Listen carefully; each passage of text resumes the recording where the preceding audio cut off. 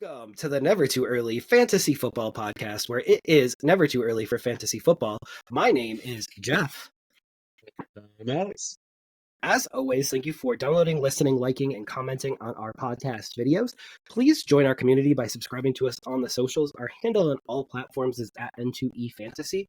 We are also available on all major podcasting apps by searching N2E Fantasy.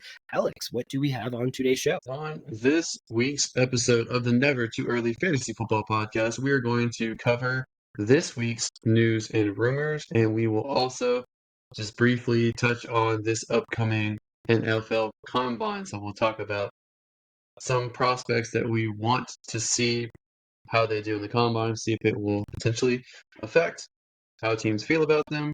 But we can start with league news here. And Jeff, some big news with the NFL salary cap. What's this news? So, the 2024 salary cap is set to $255.4 million. That is a $30+ million increase from 2020. Alex, should we thank Taylor Swift for this? Well, I think they factored out her number to be in the hundreds of millions of dollars that she helped contribute this year.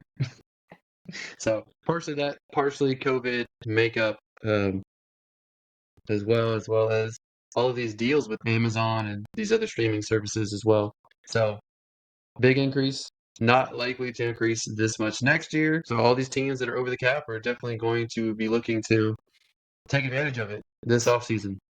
Yeah, and we say that the increase may not be as big next year. The dollar amount increase might be the same, but the percentage increase may never be what this was again. This was a pretty large percentage increase. Because obviously, as the cap goes up, a 10% increase next year would be $25 million. So, it's not the same as it was when it was 180 million. So, I would expect maybe somewhere between 15 and 20 million going forward for the cap increases. But the huge cap increases, as you mentioned, leave only 7 teams over the cap. The first one of those teams is the San Francisco 49ers. They're about $3 million over the cap. The Dallas Cowboys are $4 million over the cap. Cleveland, who has their $250 million quarterback, they're $8 million over the cap, which that could be easily rectified by just doing a contract modification with Deshaun Watson. Denver's $19 million over the cap. That's not really going to change when they decide what they're going to do with Russell Wilson, because that cap's pretty much set for this year. The Chargers are $25 million over. Miami is $28 million over. New Orleans is $31 million over, and Buffalo is $41 million over. So not the big numbers that we're used to, and not the amount of teams that we're used to being over the cap. Do you think any of these teams are in trouble right now, or do you think they all could relatively easily get underneath the cap if they had to tomorrow? The teams that are the most trouble, in my opinion, are Cleveland and Denver, just because the quarterbacks there are getting paid an astronomical amount of guaranteed money, and it's going to be difficult to move on from them because I don't think either one of them has lived up to the trade value that they gave up as well as the contract value that they're both getting. It seems like Denver's leaning towards just pulling the ripcord now and suffering the consequences, and it seems like Cleveland is probably going to give it at least another season. I don't think that it necessarily helps them now, and I don't know if they'll find a better quarterback right now either. So I kind of see them treading water right now, especially Denver, whereas Cleveland could potentially go back to the playoffs again with Deshaun Watson. That's just where I feel about how I feel about those two teams. New Orleans, I don't know how they keep working their salary cap magic. I think before all of this, at some point they were like 130 million over the cap or something ridiculous like that. With the cap going up, with all the reworkings that they're doing, somehow they're only down to 31 million, and they should be able to get under that. I don't know how they do it every year. It's just magic, but I'm not as worried about Buffalo. I think Buffalo will figure it out. These other teams like Dallas and San Francisco, I think they're pretty close to getting under. Jeff, are there any of these teams that you're worried about? No, I don't think they're going to have to cut anything crazy either. I think if they all wanted to be under the cap tomorrow, they could be with their teams the way that they are.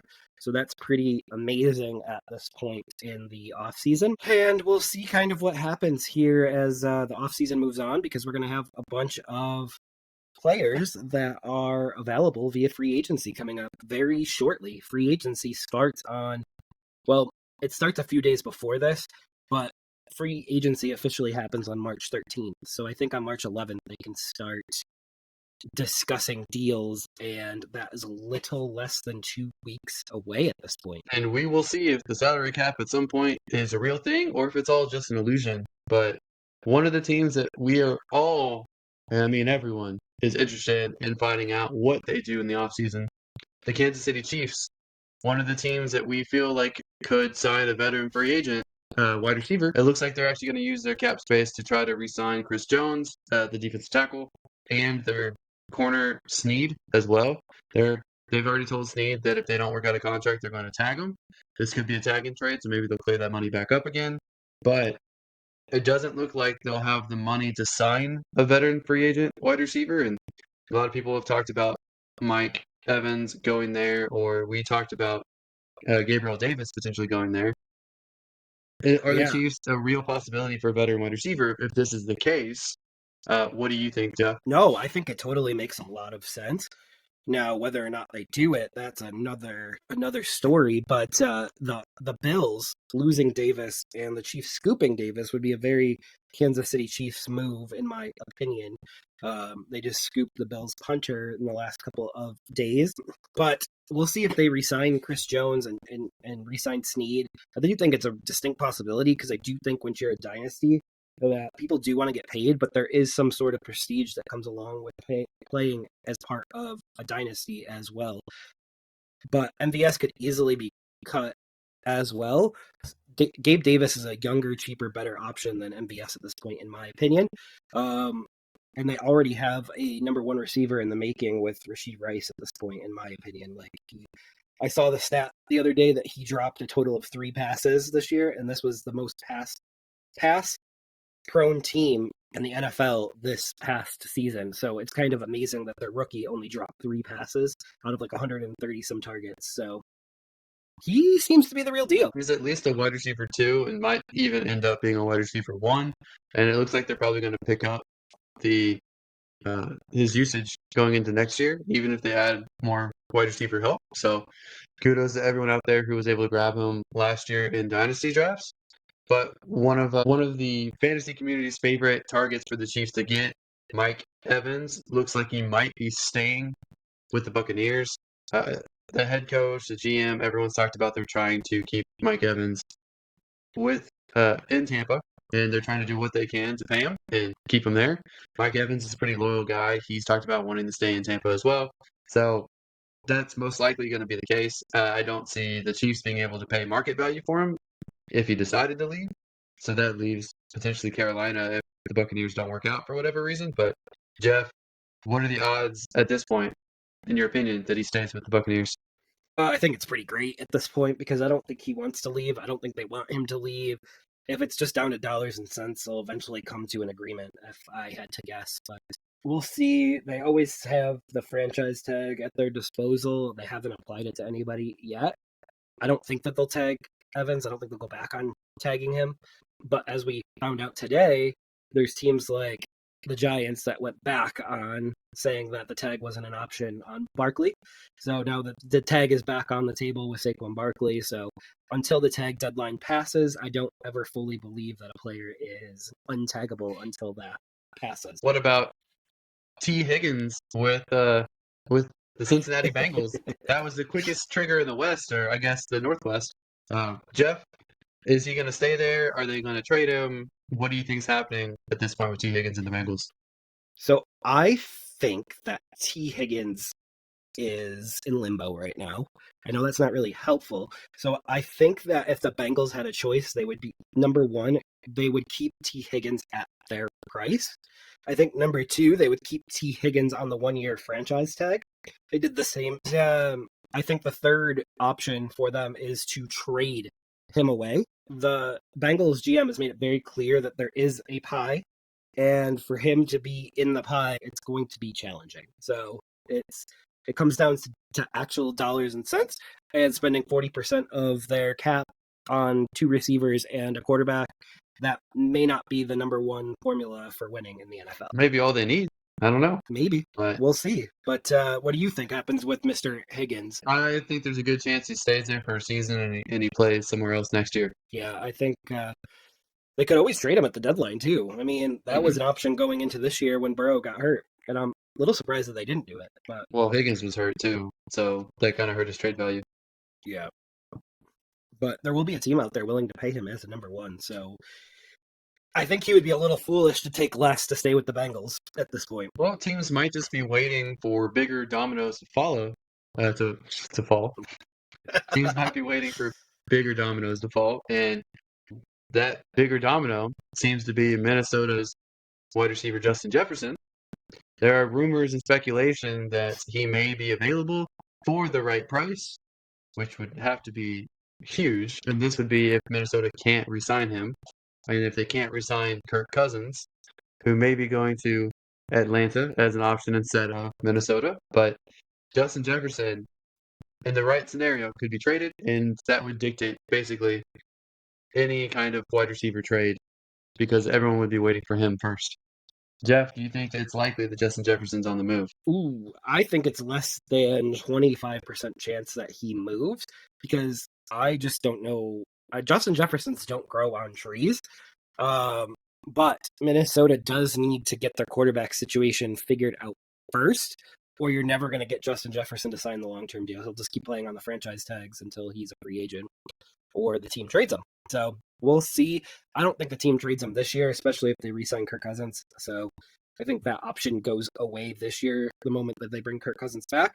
As you were just talking about Atlanta, I think Atlanta's the only other option for Kirk Cousins this offseason. He's got ties to Atlanta. He got married in Atlanta. There's coaching and there is stadium advantages because I do believe that he likes to play in a dome. So I just see that Atlanta or Minnesota being the two most likely spots for Kirk Cousins at this exact juncture.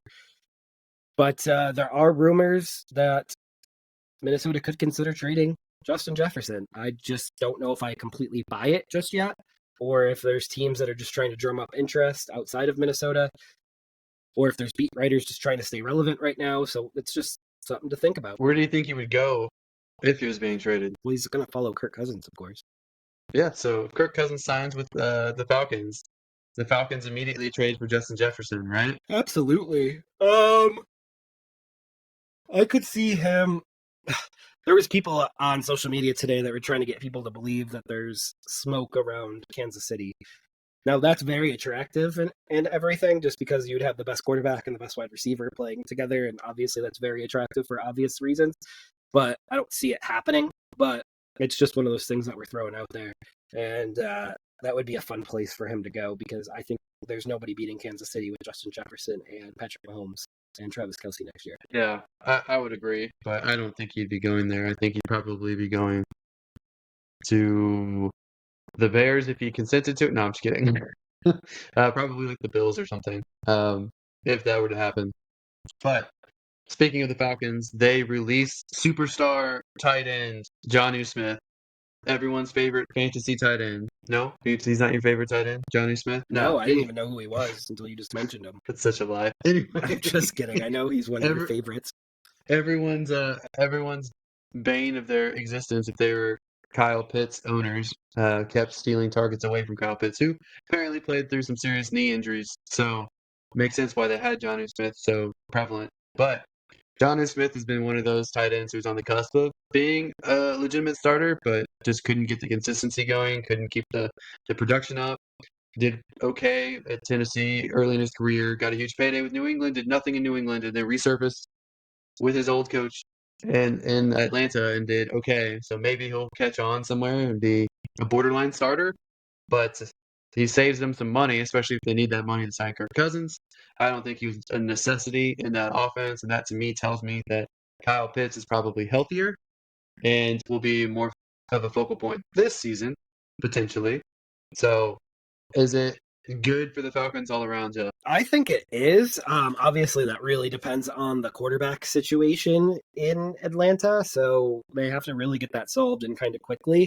The head coach, the new head coach, Raheem Morris, went on record today saying that he probably would not be the head coach if they had good quarterback play. So that does not sound like Desmond Ritter will be even on the roster next year. So we'll see what that means. But where do you think Jonnu goes? I think that one of your shares might take a hit here, Alex, in the next couple of days or weeks. There's two options that make sense for different reasons. Steelers make sense if he reunites with Art Smith.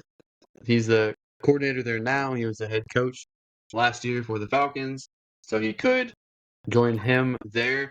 It doesn't make sense in the standpoint where they already have Freiermuth and they have Darnell Washington, who I think both are better tight ends at this point in their careers than Jonnu Smith. What would make sense to me is him going back to Tennessee or going to the Colts. Both of them potentially have need at tight end. So I would go there if I was him and have a chance to potentially start. But those are the only 2 or 3 places that I would see him going to. We'll see. But yeah, your Pat Freiermuth shares may take a little bit of a hit next week. So it is something to look out for. He just seems like with Smith, he just takes targets away. Like there's no other way to put it. I think he's a lower end quality tight end in the NFL.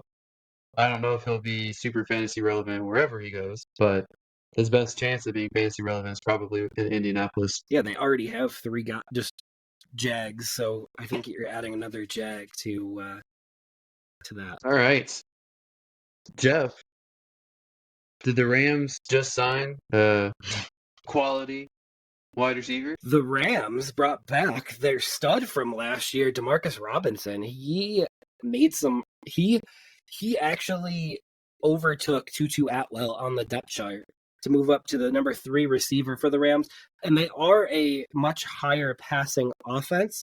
So you might think that there's Kupp and Puka, and then there's Robinson, and I think Robinson was looked at in the red zone a lot last season. So he did sign a 1-year, $4 million deal, and I think this is a pretty good signing for the Rams at this exact point. They don't have a ton of cap space. They're keeping some of their guys. They're keeping the guys that their quarterback likes, and they're just trying to build around the offense right now. Obviously, they got Kyren Williams coming back. They got Puka. They got Kupp. Now Demarcus Robinson, Higbee. They got a lot coming back next year just on offense. So if they continue to nail the draft, they're a contender next year from what I believe. Like they nailed the draft last year. I don't know how else to put it. Nailed the draft with what little draft picks they had. I think that Demarcus Robinson is a depth signing. I don't know that he'll be that much of a contributor this season if Cooper Kupp and Puka are both healthy and playing well, but it is a low risk, high reward signing for both Demarcus Robinson himself and for the Rams, because if he does pan out, he'll get a bigger payday next year, and the Rams will look good signing a wide receiver for that cheap who was pretty effective. So it's a good win-win for both of them, and I think it's probably Demarcus Robinson's best chance to compete, at least be the 3rd wide receiver on a team. So worth noting. But what's also worth noting is we have a completely different scenario in the running back free agent marketplace. There are a lot of veterans that are going to hit free agency because it looks like no one definitively is being tagged at the running back position. I know we briefly touched earlier that the Giants have not ruled out tagging Barkley as of yet, but it seems like everyone else is not going to be tagged. So we're very curious about that. Jeff, is that the right decision for the teams out there? So not tagging Barkley, not tagging Pollard, not tagging Henry, not tagging Josh Jacobs, not tagging Eckler. Are these the correct decisions? I mean, considering what it would cost to tag Barkley and Jacobs, that would roughly be 4 to 5% of the salary cap. And if these guys are guys that touch the ball 200, 300, 400 times in the season between catches and rushes, obviously, I don't have to say this, but 4 to 5% of the cap for a guy that touches the ball that much is more than reasonable. But that's just the way that the running back position is going. I do believe that someone will do well for the running backs this year. I don't know who it'll be. I don't know if it'll be um, I don't know if it'll be Barkley with the Chargers. I don't know if it'll be Barkley with the Texans, but someone's going to have to pay Barkley because Barkley's young. He's a good receiving back, so he does it all. He's very versatile. And I think Jacobs is another guy that could get paid pretty well this offseason, maybe even with a team like the Dallas Cowboys. So there are options out there to get paid. It's just they just need one or two suitors that want to bid against each other, and I think it's possible. Maybe, but the fact that they're not being tagged means these teams don't think that these guys are worth 12, 13, 14 million dollars for one season. And that tells me they're probably going to get either cheaper deals per season or less guaranteed money per season because, as we know, the franchise tag is fully guaranteed money. And there's a lot of risk with running backs. They break down, and teams don't want to be on the hook for an aging or a running back breaking down. Absolutely. I still think that Saquon has like 3 to 4 good years in him, and I think that Josh Jacobs could as well. And they're still young enough at this point. Do you think that do you think a team will take a chance on one of them? Actually, Barkley's 27. He just turned 27. I don't really like that. I think teams are going to take chances on all of these running backs. And to me, the one that I think is an interesting scenario I didn't think about previously, but Derrick Henry going to Miami would be very interesting because I've said for a while they need a bigger back to offset the slider guys that they have. And that would just be pretty interesting to me for him going there. Barkley makes a lot of sense. Coming back to the Giants, going to the Texans, going to the Chargers. Those are the three places that make the most sense for him. Josh Jacobs, either staying with the Raiders, going to Dallas. Those are the two spots.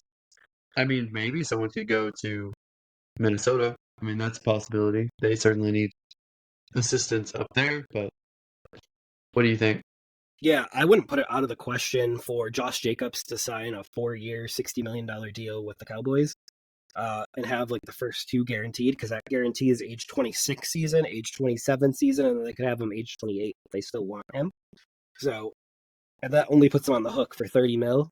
So it is possible. All right. Well, we have potential defensive rumor. Jeff, I know we don't talk about defense that often, but there's been a lot of speculation, a lot of talk that multiple teams have reached out to the Chargers and are interested in trading for Khalil Mack if the Chargers are moving on from him.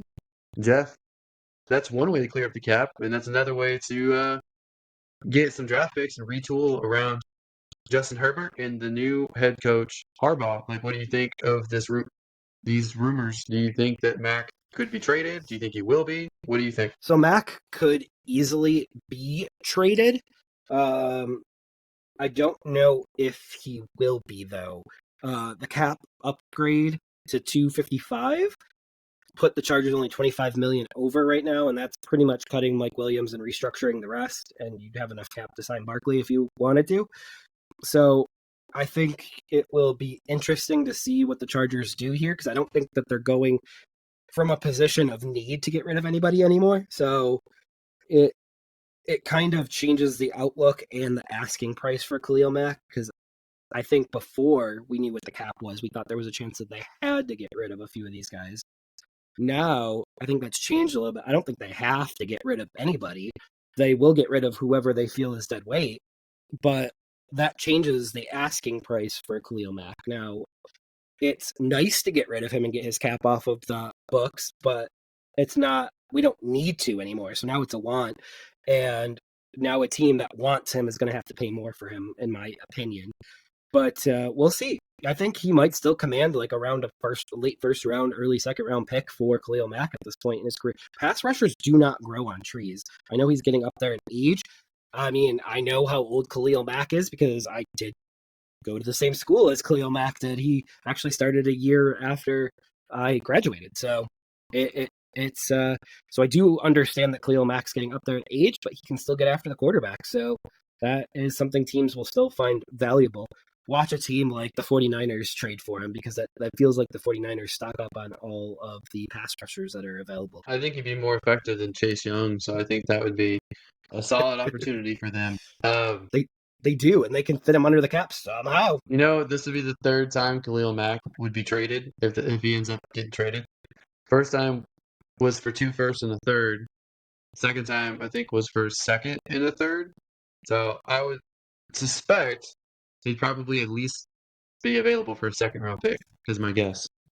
So, Agreed. well, Jeff, one of your favorite quarterbacks, Russell Wilson, and the Denver Broncos are headed for a divorce, despite Russell Wilson having 80-something million guaranteed, or I guess the cap hit would be 80 million if it's before June. After June, that's split between 2 years. Do you think anyone is interested in Russell Wilson's services? Because there was a report that the GM stated no one has called regarding Russell Wilson. So to you, does that mean no one's interested in Russell Wilson? Or does that mean no one's interested in his current contract? Or does that mean the Broncos are not moving on from Wilson? What do you think the most likely scenario is? Honestly, Alex, I have no idea what is going on here. I do know that his 5-year, $242 million deal that he signed 2 years ago goes into effect this offseason. So he's got 5 years, $242 million on his contract. And I don't think a team would trade for that. I could be completely wrong. Just so we're very clear, his 2024 bonus of $22 million becomes fully guaranteed and is due on 3/17 of 2024. So that is St. Patrick's Day. That is 3 weeks away. So the post-June cut really doesn't apply to Russell. So they're going to have to eat the full dead cap this year. And that is disgusting, in my opinion. So the Broncos need to start figuring something out, and figuring something out really quickly, because if they have him on the roster past a certain date, more of his money becomes guaranteed. So, and that's March 17th, which is well before June. So you can't do a transactional release for June and have it be after the date where his money would have been guaranteed, because I feel like that would be a cause for an NFLPA issue. But yeah, I think the Broncos are over a barrel on this one. Yeah, I think that this trade did not work out in the Broncos' favor, and I don't know what the best way is to actually resolve the situation. If it was me, I mean, I would have to keep Russell for probably 2 years to be able to part with him. Is the most logical thing if you're actually going by cap ramifications. That they obviously, I think Sean Payton just can't stand him and wants to move on from him. So honestly, I really don't get it. But I guess there's something going on there. If the Broncos do keep Russ this year, his dead cap hit next year would only be $49 million, and his cap hit's $55. So they would actually save $6 million by waiting a year and cutting him next year against the cap. We'll see what they end up doing. But his former team, the Seattle Seahawks, they were asked about Geno Smith and Drew Lock's futures, and they didn't really give any definitive answers. And it seems like one or both of them could be gone, and the other one might only be around for potentially one season. Jeff, what do you think's happening in Seattle? I think they're finally realizing that Geno Smith is not a hold the trophy guy. And I know you have been shouting from the mountaintops about how good Geno Smith was in his comeback player of the year season, but he was not able to replicate it the following season. So in my opinion, he was a one-hit wonder, and I don't know if he'll ever hit that same pinnacle again. The GM kind of feels the same way, because he said Geno's our starter until he isn't our starter. That tells me that they're not married to him and married to the idea of him being the starter. So if they found somebody better, or they drafted someone that they believe could take over for him, they would do it in a heartbeat. Well, how they constructed his contract last offseason was a 3-year deal that was really a 2-year deal. And they let the guarantees kick in. So that tells me Geno is probably staying at least this season. He's probably a bridge quarterback this season. I don't think Drew Lock did enough to actually count on him being a starter at some point. So I think they draft a quarterback to sit behind Geno and potentially take over depending on his development. So I really like Michael Penix. I think that would make a lot of sense for Seattle because his coach is now on Seattle, his college coach from Washington. The head coach was the defensive coordinator for Washington at one point. So Penix makes a lot of sense. Be a lot of continuity. He would stay in the state of Washington. He would have good wide receivers to work with, good running backs to work with. It makes a lot of sense to me. He'd be available at 16 in the draft, most likely. That would be my guess. But I don't know what they're thinking for sure. I definitely agree that there's going to be some quarterback movement with Seattle coming soon. Yeah, it's exciting.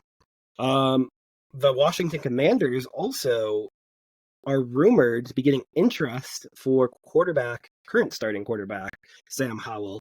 Do you believe that Sam Howell is dealt, or do you believe that Sam Howell backs it up whomever they draft in this April's NFL draft? I think Sam Howell will get dealt. He's from the previous regime. I think teams like the Las Vegas Raiders and maybe even the Atlanta Falcons could potentially be interested in Sam Howell if they strike out on veteran quarterbacks or if they strike out in the draft. I could see them moving for Sam Howell. I think he would be an improvement over what they currently have on their rosters. And I think that the supporting cast is probably better than a lot of the supporting cast in Washington. So we'll see if he could do better. I think he's either a Fitzpatrick or a Minshew, or maybe he can be Baker Light somewhere. I don't know. Agreed. And I mean, I like him. I think he's a miniature version of Josh Allen. I like that he's a gunslinger.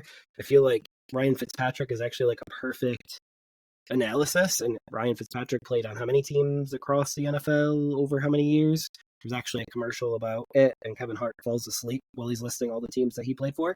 So just something to keep in mind that it's very possible that Sam Howell is a gap starter, is a career backup, is a career clipboard holder, but he's a guy that could have a 15-year NFL career, and I think Gardner Minshew is another guy that could have a 15-year career on that same path. So it's nice to see that there's some quality backup quarterbacks in the league, and especially after last year, I think we had a record amount of quarterback start games last year, so we need these players really badly. Yeah. All right.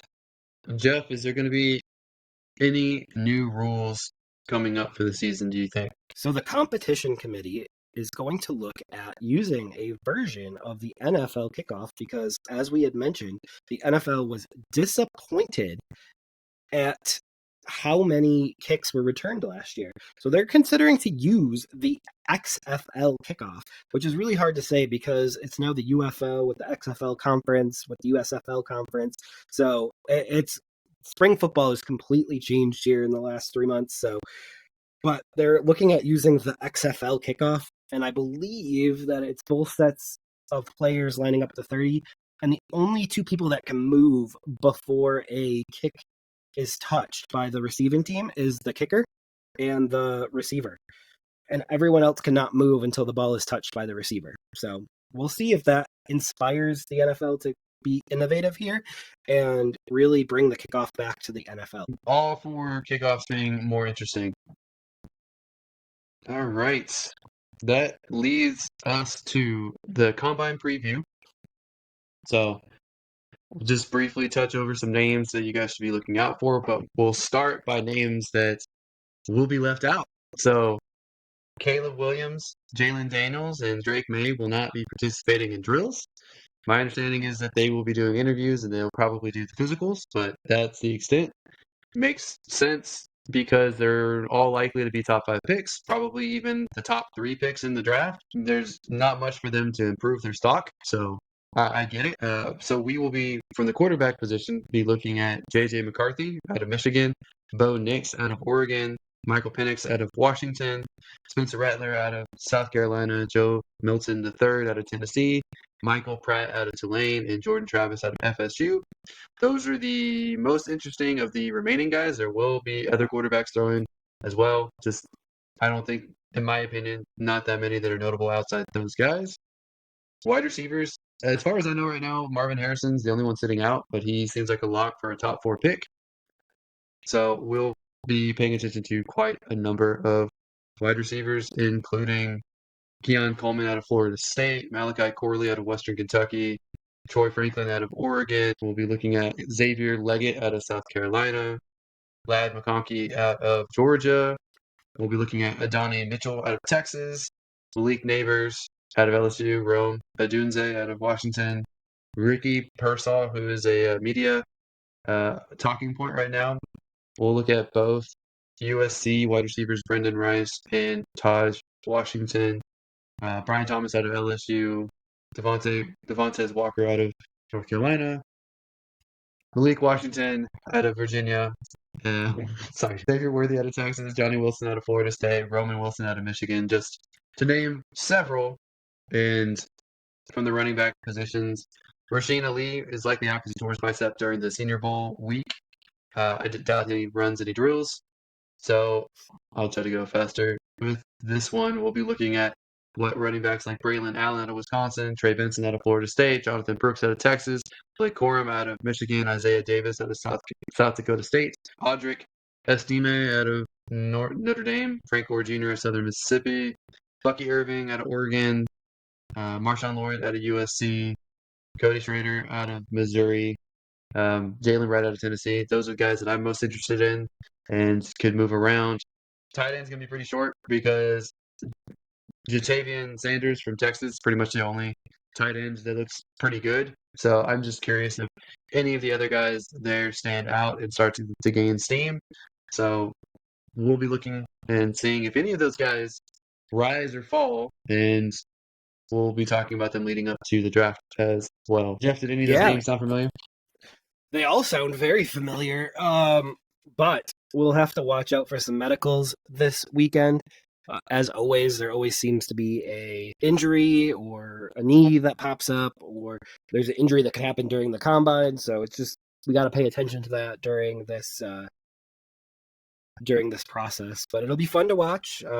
I call it the Underwear Olympics, and we know that it's just guys running basically in their underwear around on the fields, being measured against each other. Do I necessarily? Is it the Olympics in spandex as well?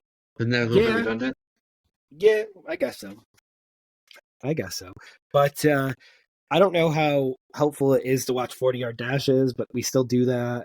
I don't know, because the fastest 40-yard dash ever was John Ross, if I'm not mistaken. Is that still correct? I think so. But there are stats from the combine that correlate to success in the NFL. Not 100% of the time, but do typically indicate, like broad jump. That translates for running back. Surprisingly, weight is a big thing that translates into potential success in the NFL. For quarterbacks, wide receivers, and running backs, age is something that correlates. Quarterbacks' hand size, as well as their cone drills or shuttle drills. For some reason, those translate.